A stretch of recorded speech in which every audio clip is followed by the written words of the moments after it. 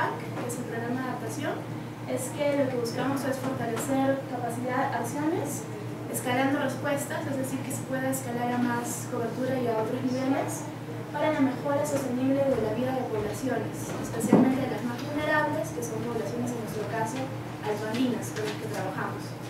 Y frente a esto, un clima cambiante. Ahí es donde un poco lo que nos caracteriza es que trabajamos en adaptación al cambio climático, a los cambios en el clima, en estas dos regiones.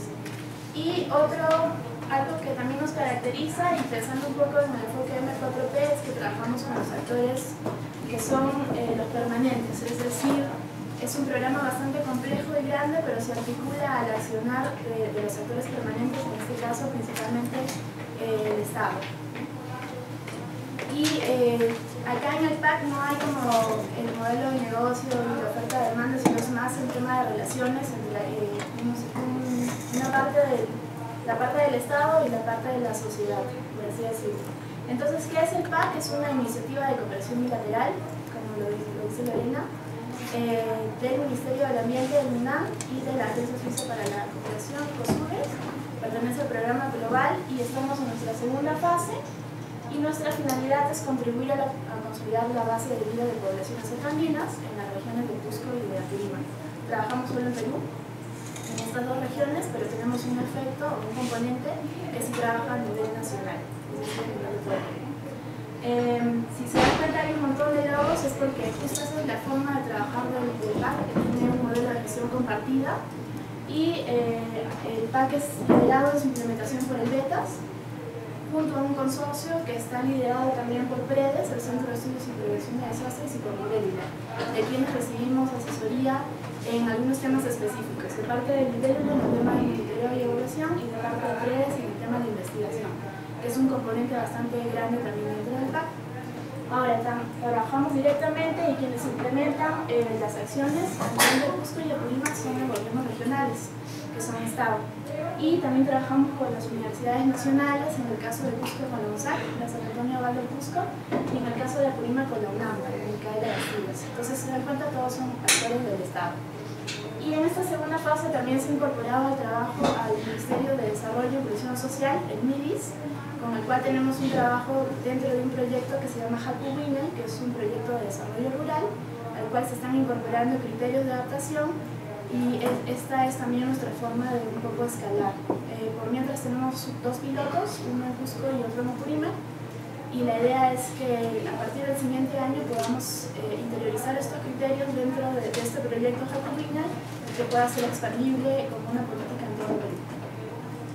Ahora, un poco me pidieron también poner esto en la divulgación geográfica, social, económica y política. Si se dan cuenta, trabajamos en estas dos regiones, Cusco y Apurímac. Cusco tiene tanto andino como amazónico. En el caso de Apurímac sí es netamente andino y altoandino. Cusco también tiene partes altoandinas. Los dos tienen, están la superficie, el número de provincias. La idea del PAC es trabajar en pilotos, pero que esto sea extendible a través de políticas a todas las provincias. En el caso de ambas regiones, en la primera fase del PAC se trabajó en dos microcuencas, una en Cusco que se llama Huacrahuacho, que es altoandina, está en la provincia de Canas, y se trabajó con 16 comunidades, netamente alpaqueras y ganaderas, y en el caso de Apurímac se trabajó en la microcuenca de Mollebamba, que es altoandina también, un poco más accidentada y con mayor gradiente vertical. Y ahí solo teníamos 6 comunidades, y también teníamos el tema del contexto minero, porque ahí trabaja una empresa minera que es Buenaventura.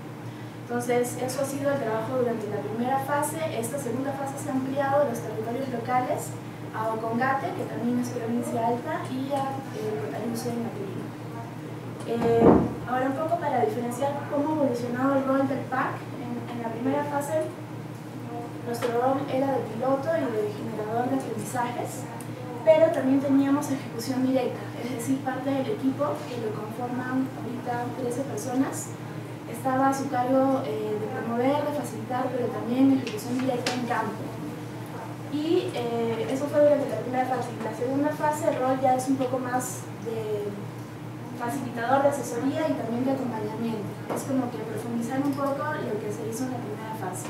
Y también esto en miras a que ya el PAC no va a tener una tercera fase, sino que solo nos quedamos en la segunda, que va hasta el año 2016. Ahora, ¿cómo hemos incorporado el enfoque M4P en el PAC 2? Ha habido varios puntos. El principal y de arranque fue el año pasado, que tuvo que ver con el tema del diseño y planificación.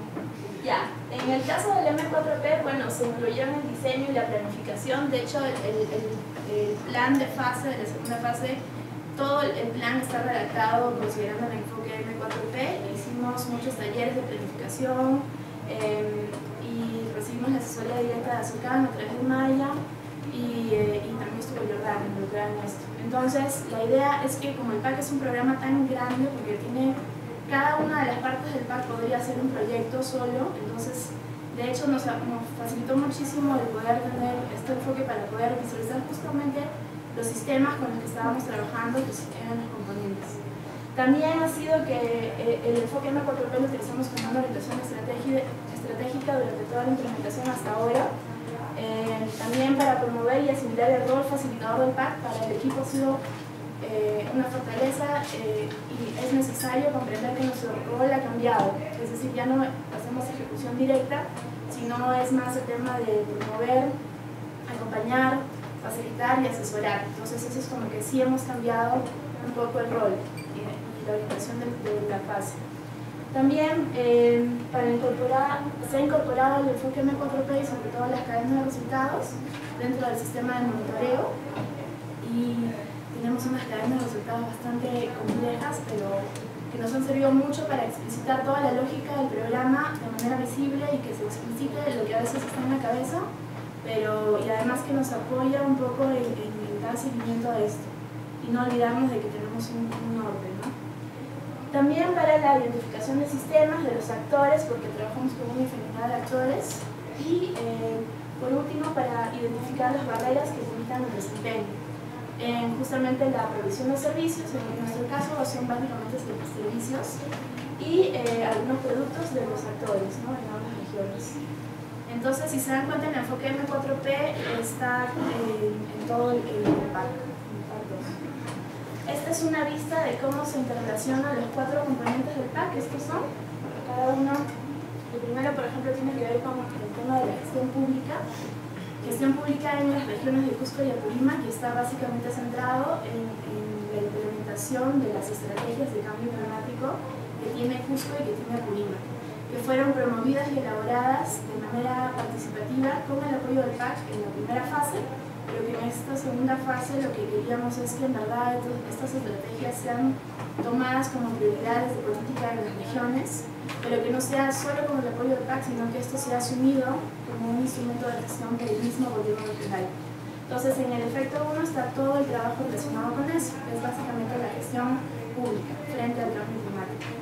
En el efecto 2 está el tema de las respuestas adaptativas, que aquí es el tema que se trabaja con FONCODES, del Ministerio de Desarrollo e Inclusión Social, y ahí es promover la incorporación de criterios adaptativos en tecnologías de desarrollo, es decir, las tecnologías de siempre, riego por expresión, huertos, el tema de represas, de microreservorios rústicos, crianza de cuyes, todo lo que siempre se hace en desarrollo rural, pero pensando en un contexto del clima cambiante. Entonces ese es un reto, ¿no? Y además, ¿por qué es tan importante este efecto 2? Porque es nuestra principal forma de escalar. Porque si funciona estos pilotos con FONCODES, esto va a ser extendible a todo el Perú, porque es como una política ya de un ministerio. En el tercer efecto está el tema de investigación y formación. Acá básicamente se trabaja con las universidades y el principal énfasis es en fortalecer capacidades para la investigación. Es decir, cómo hacemos para que los docentes investigadores de cada universidad mejoren sus capacidades y se genere más investigación en las regiones en temas de clima y de desarrollo de clima, que además no sean investigaciones por sí mismas, pensando en un mundo científico, sino que sirvan y respondan a las necesidades de las regiones. Ahí va el efecto 3. Y el cuarto es el escalamiento, que ahí es el tema más nacional. Aquí el trabajo es más directo con el Ministerio del Ambiente. Y ahora último también con el Ministerio de Economía y Finanzas, que es para poder incorporar criterios de adaptación en el SNIP, en el Sistema Nacional de Inversión Pública. Entonces, si se dan cuenta, en esta exposición no podría hacer como que presentar todos los efectos, entonces nos vamos a centrar solamente en uno, que a nuestro parecer es el que refleja mejor el tema del enfoque de M4P, porque también está bien ligado con actores permanentes, que es el 1. Entonces, ahorita lo que vamos a ver es cómo el enfoque de M4P se va profundizando y detallando en el efecto 1. Igual, en todo este diseño del PAC y ya de la implementación, se han elaborado las famosas donas para los 4 efectos, y esto ha servido como ayuda para poder planificar nuestros POAs. Vamos ya en el segundo año de la segunda fase, y también para poder identificar cuáles son las funciones principales y también para ver el tema del sistema de monitoreo. Este es el del efecto 1, lo vamos a ver en más detalle acá, pero antes de verlo también quería contarles que el efecto 1 está centrado en los gobiernos regionales de Cusco y Apurímac, y el énfasis principal es que ellos implementen de forma articulada y eficaz las estrategias de cambio climático que se han elaborado en Cusco y en Apurímac. Entonces es algo así como que bien específico, ¿no? ¿Cómo hacemos para que estas estrategias, que son políticas públicas, se implementen de manera articulada y eficaz, y no solamente con el apoyo de un proyecto, sino que esto sea liderado por un colectivo que represente en verdad a toda la región? Desde el PAC y desde nuestro POA, por así decirlo, tenemos estas metas para este año, es un ejemplo nada más para este año, que es que los gobiernos regionales fortalezcan sus planes de implementación. Es decir, ya tenemos la estrategia, pero la estrategia es como un documento que te da, te dice el diagnóstico y te orienta a ciertas líneas estratégicas de implementación, pero además hay que tener una herramienta más útil, y es por eso que se definió que se elaboren planes de implementación, que es como tu guía o tu manual de cómo implementar esa política. Luego que los gobiernos regionales diagnostiquen sus capacidades para la implementación, es decir, que se haga un diagnóstico de qué es lo que está faltando, por qué no se hace esta implementación de la estrategia, qué funciones hay que mejorar, qué actores más hay que involucrar, cómo esto se va a ordenar, quién lidera esto, cómo se articula con los diferentes niveles, porque es el gobierno regional, pero también está el gobierno local, que es municipios distritales, municipios provinciales, y además está todo el tema de los sectores, ¿no? El sector de agricultura, el sector de educación, todo eso. Y no necesariamente en Cusco y Apurímac los gobiernos regionales son fáciles de manejar, ¿no? Son como bastante grandes y complejos. Y el último, cómo se institucionalizan órganos funcionales permanentes de gestión frente al cambio climático. Es decir, por ejemplo, nosotros trabajamos con el gobierno regional de Cusco y directamente con algunas gerencias que están más vinculadas con el tema climático, por así decirlo. Pero nos dimos cuenta que si no se involucra a la gerencia de desarrollo económico o a la gerencia de presupuesto, es como que no se puede avanzar, porque son los que tienen el dinero, son los que hacen la planificación. Entonces, al principio nuestra intervención fue principalmente con la gerencia de recursos naturales, y de ahí se ha ido ampliando, y esto ha evolucionado en un grupo técnico, y luego el grupo técnico ha evolucionado en un Consejo Regional de Cambio Climático, que ha sido aprobado hace poco y que ya te da una muestra de cómo el gobierno regional ha tomado la posta en el tema del cambio climático, y es la primera iniciativa en todo el Perú. O sea, Cusco es la primera región que tiene un Consejo Regional de Cambio Climático, con presupuesto incluido también para poder hacer sus actividades, y cuya principal objetivo es ver cómo se implementa esta política de cambio climático en la región. Ahora, en el caso de Apurímac, estamos en proceso de facilitar esto, pero nuestro rol es ya un poco más al costado, no al margen. Somos un proyecto más de todo un conjunto de actores que están impulsando esto, pero ya no somos los principales, hemos pasado a verlo desde afuera. Esta es la dona del efecto 1. La función principal es esta, la gestión pública eficaz en la implementación de las estrategias. Quienes ofertan son los gobiernos regionales, y acá, como les mencionaba, no es el gobierno regional solo, sino son todas las gerencias y direcciones sectoriales, los proyectos especiales y los gobiernos locales en los diferentes niveles. Y quienes son los que demandan es la sociedad civil en general, las poblaciones rurales, el sector privado también, las asociaciones de productores y las organizaciones políticas. Entonces, el haber elaborado, reflexionado y explicitado la DONA ha servido un montón justamente para poder determinar esto de acá, que son las funciones de soportes, en las cuales se apoyará a los sectores claves para facilitar los cambios sistémicos. Entonces, a pesar de que se identificaron varias funciones de soporte, que van desde la organización, concertación entre actores, la programación presupuestal, el presupuesto participativo, se hizo un ejercicio de priorizar cuáles de estas funciones son las principales y que sí te facilitarían un cambio sistémico, y se determinaron estas cuatro: la vigilancia social, para ver cómo en verdad desde la sociedad se impulsa un colectivo que vigile que en verdad se está implementando las estrategias; la articulación local y regional, es decir, esta conversación entre el gobierno regional y los municipios provinciales y los municipios distritales; la actualización, que en verdad es un fortalecimiento de capacidades de los actores, es decir, de los técnicos y profesionales de los gobiernos regionales; y el tema de la inversión pública, que es básico, porque una de las cosas que también hemos llegado a concluir es que la principal alternativa o herramienta para implementar una política en el tema de cambio climático son los PIPs, es decir, los proyectos de inversión pública. Es a través de los PIPs donde se puede en verdad destinar dinero para este tipo de acciones. Ahora, si se dan cuenta, hay varios actores alrededor de la DONA.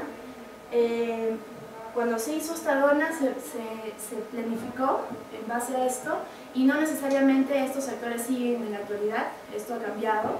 Tampoco las rutas que nos propusimos en un inicio son las mismas. De hecho, las cadenas de resultados también han tenido algunas reorientaciones, y en algunos casos se ha anulado alguna vía y se ha tenido que poner una alterna. Pero la idea es que no todos los actores que están alrededor han desaparecido, pero tampoco hemos podido trabajar con todos. Y se ha priorizado principalmente el tema del MEF, porque está muy ligado al tema de la inversión pública, y el tema de las universidades para toda la investigación que hace falta en las regiones, y las instituciones técnicas de los servicios rurales para el tema del fortalecimiento de capacidades. Entonces, recordando cuál es la función principal de este efecto: es la gestión pública eficaz en temas de cambio climático en relación a la implementación de esta política. ¿Y cuál era una de las principales limitaciones sistémicas o causas subyacentes para que esto no funcione bien? O sea, ¿por qué no está funcionando bien?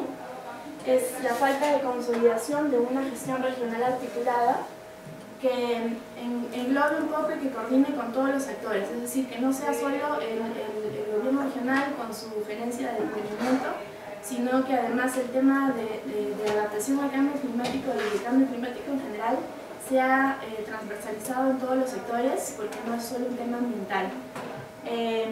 Ahora, ¿por qué se está dando esto? Como lo dijo también Regula, uno de los problemas que hemos tenido ha sido el tema de las elecciones. Este año es electoral, y en el caso de Cusco incluso nos vamos a una segunda vuelta al tema del presidente regional, y el tema de la campaña electoral no ha iniciado este año, sino inició el año pasado. Y los cambios en los gobiernos regionales son bien constantes, es decir, cambia un presidente regional y cambia toda la gente. Entonces cambia gerentes, cambia técnicos, y es bastante difícil trabajar con personas nuevas que todavía no están involucradas o sensibilizadas con el tema del cambio climático. En el caso de Cusco en particular ha habido un tema de corrupción bastante sabido en todo el Perú, y han vacado al presidente regional, y eso también ha sido un cambio bastante drástico que ha afectado nuestro trabajo. Y bueno, entonces, y también no siempre las prioridades de los políticos que están a la cabeza es el tema del clima, no necesariamente, de hecho creo que no es.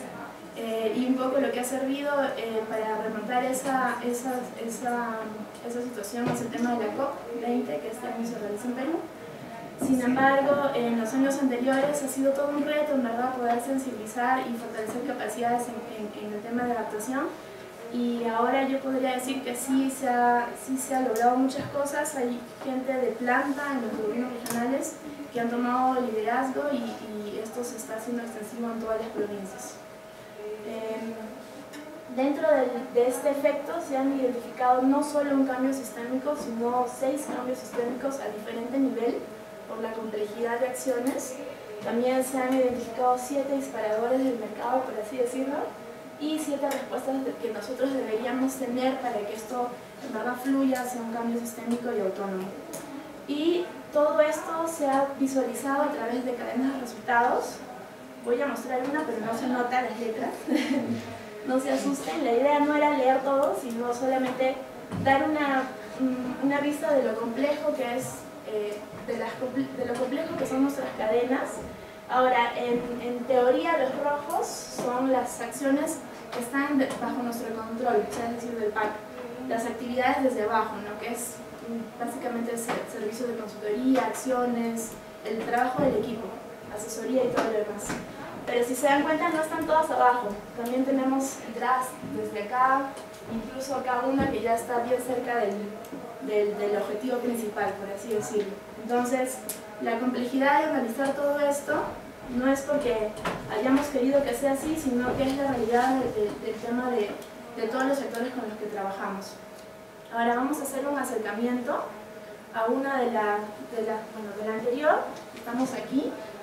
Vamos a hacer un acercamiento a esta partecita, que tiene que ver con, solamente para mostrar un disparador y una respuesta, tiene que ver con las prioridades de inversión regionales y locales que consideren estrategias priorizadas por las estrategias. Suena un poco redundante, pero la idea es que la inversión pública en Cusco y en Apurímac, y también en los municipios, en verdad considere las pautas que dio esta política, esta estrategia. Es decir, la estrategia de Cusco, por ejemplo, tiene 67 líneas estratégicas, de las cuales se ha priorizado 15, y este proceso ha sido de manera concertada, con un montón de actores y todo lo demás. Pero ¿cómo eso se implementa en verdad? Es decir, lo que se esperaría es que todos los actores que tienen proyectos, acciones, iniciativas en cambio climático, digan, ok, pero en Cusco existe una estrategia regional de cambio climático a la cual yo me tendría que alinear. Entonces, la idea es justamente eso, cómo articulamos y cómo estas prioridades de las estrategias son el marco orientador de toda acción que se haga de cambio climático en las regiones. Ahora, como les contaba, principalmente es a través de proyectos de inversión pública. Y en el caso de los proyectos de inversión pública, es un poco difícil el tema del cambio climático porque no es como que infraestructura, que es tan fácil, y está ligado con la gestión del riesgo de desastres, que ahí sí ya hay varios avances, pero en el de cambio climático como que todavía falta un poco más investigar en eso y formular mayores propuestas desde los gobiernos regionales hasta el Ministerio de Economía. Y también cómo va esto de la mano con el tema de fortalecer capacidades en funcionarios a nivel regional, es decir, cómo hacemos que los funcionarios y los formuladores y evaluadores de proyectos de inversión pública en verdad conozcan la temática para que esto facilite su incorporación y también facilite el proyectos. Entonces, todo lo que está acá tampoco es que tengamos un recuadro exacto de un cambio sistémico. Si se dan cuenta, para nosotros un cambio sistémico es un conjunto de cosas que tienen que suceder. En este caso, tiene que suceder 5 cosas para considerar que ese cambio sistémico se da. Y acá hay un ejemplo de un disparador. Ojo que acá, acuérdense que venía algo más, pero nuestro disparador sería que existiera un centro especializado que da un curso sobre la integración de estos criterios de adaptación y de gestión de riesgos en instrumentos de gestión pública. Eso sería así como que... Eso fue lo que pensamos en un inicio. Ahora nos hemos dado cuenta que ese disparador tampoco es como que ha ido cambiando por el contexto. Y lo que esperaríamos, esto va para acá, pero también tiene otro camino por acá, es que finalmente la respuesta es que los formuladores de proyectos estén capacitados, que incorporen estos criterios en los proyectos de inversión pública y también a su vez los evaluadores pidan que los formuladores los incorporen. Entonces, Recién cuando podamos tener formuladores y evaluadores capacitados en cambio climático que además incorporen esto, podríamos decir que que los proyectos de inversión pública y la inversión pública en general está orientada a temas de cambio climático. Entonces, si se dan cuenta, es un poco complejo y a veces medio difícil de entender, pero es uno de los cambios sistémicos que nosotros estamos buscando, que la inversión pública se oriente a las... en verdad esté orientada por las estrategias de cambio climático. Ahora, aquí hay el rol facilitador del PAC y cuáles son las estrategias desde nosotros que nos hemos planteado. Es un tema de sistematización y validación, desarrollo de cursos de capacitación, el tema de las convocatorias y transferencias, de propuestas de incorporación y la sistematización de aprendizajes. Eso es básicamente los que están en el recuadro rojo. Y todo esto lo que quiere lograr es aportar cosas para que se desencadenen los disparadores, hay una respuesta y se dé el cambio sistémico. Esto no lo voy a decir porque creo que ya me va a faltar tiempo, pero en general, en resumen, en el efecto 1, siempre ahora y en el futuro, el que va a hacer y el que va a pagar es el Estado. Bueno, el que va a hacer es el Estado, pero el Estado a nivel subnacional, es decir, los gobiernos regionales y locales. ¿Y quién pagará en el futuro? Y actualmente debería ser el Estado, por eso es que apelamos a que sea con fondos de inversión pública que se pueda implementar estas políticas de cambio climático, y obviamente esto es porque es función y competencia del Estado en hacer esto. Algunas reflexiones que tenemos en el PAC, iniciales, porque todavía estamos a mitad del camino, es que en general en el tema de fortalezas, la adecuación del enfoque M4P y su aplicación a un proyecto de desarrollo que no necesariamente tiene este modelo de negocio, sino tampoco tiene como que un mercado tan explícito, sino es más una demanda de un servicio. Ha sido bastante retador, porque además es el tema de cambio climático y tampoco es un tema muy empresarial, ni económico, ni que se pueda adecuar exactamente a esos términos. ¿Cuáles han sido las fortalezas para conseguir los cambios esperados? El PAC ahorita todavía está en proceso, de hecho no podemos, como que en la cadena sí podemos ir poniendo algunas luces de que esto ya se cumplió, esto se está haciendo en las reorientaciones que se ha dado, pero no podemos decir que el cambio sistémico ya se dio. Recién estamos en algunas orientaciones o avances que nos podrían decir que el cambio sistémico sí se va a dar, pero lamentablemente no depende tampoco del PAC por la complejidad. Tenemos menos control de lo que se vaya haciendo, porque en verdad el que decide en este caso, en el efecto 1, es el gobierno regional, y en última instancia es el MEF que decida en verdad de tener mayor inversión pública en el tema del cambio climático. También, ¿cuáles fueron las dificultades? Principalmente lo que hemos tenido son los cambios en los actores. Hemos cambiado muchas veces en este análisis de cuáles los actores que pensamos al inicio no necesariamente han tenido esta prioridad en su accionar o en su rol. Entonces sí ha cambiado. Por ejemplo, en un momento se empezó a trabajar con el MINAGRI, con el Ministerio de Agricultura, luego no se logró en ese campo y se pasó al MIDIS. El MIDIS, por suerte, ha tenido bastante receptividad y tiene interés en el tema de adaptación. Pero esos son actores del Estado, pero también en actores privados. No siempre su prioridad es cambio climático y siempre como que cambia el rol. ¿Qué hace diferente en relación a la eficacia, eficiencia, sostenibilidad? Bueno, para nosotros la principal fortaleza es que nos ayuda un poco a ordenar la complejidad del PAC, es decir, de estos 4 efectos, y a pesar de que cada quien pueda tenerlo del equipo en la cabeza, nos ayuda un poco a explicitarlo, tenerlo visualizado, ordenar y también fortalecer nuestro sistema de monitoreo, porque en las cadenas se ha podido identificar qué es lo que vamos a monitorear y evaluar, no necesariamente todas las casillas, sino solo las más importantes y que te dan el indicio del cambio y los diferentes niveles de indicadores, productos, efectos e impactos. ¿Y qué recomendaciones podríamos dar desde la experiencia del PAC? Es que debería ser de un uso más cotidiano, el enfoque M4P, es decir, que podamos revisar las funciones principales, los sectores, las donas de manera más frecuente y también ser un poco como que flexibles en el momento de poder tener nuestras cadenas de resultados. Por ejemplo, las cadenas del PAC han tenido muchas reorientaciones, pero nunca han perdido la esencia inicial. Simplemente es como que una alternativa que surgió por un lado, que no funcionó y que se tuvo que desviar para otra.